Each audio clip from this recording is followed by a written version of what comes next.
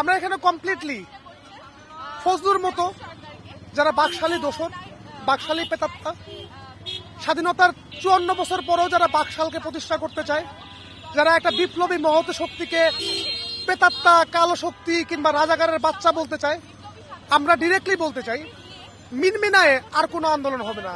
সুশীল করে আমরা অনেক আন্দোলন করছি, ফলাফল 1 বছর পরে যাদেরকে দায়িত্ব দেওয়া হয়েছিল তারা আমাদেরকে তার প্রতারণা পত্র দিছে।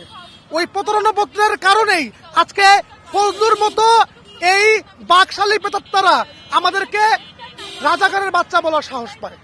আমরা এখানে কমপ্লিটলি আসছি, যারাই এখন থেকে যারাই 24-এর শক্তিকে খাটো করে দেখবে তাদের সঙ্গে আর কোনো প্যাসিভ আন্দোলন হবে না, ডিরেক্ট সামনাসামনি কথা হবে। আজকে যেমন তার বাসার সামনে চলে আসছি তাকে গ্রেপ্তারের দাবি নিয়ে, এরপর থেকে প্রত্যেকটা আমরা ঠিক এভাবেই করবো।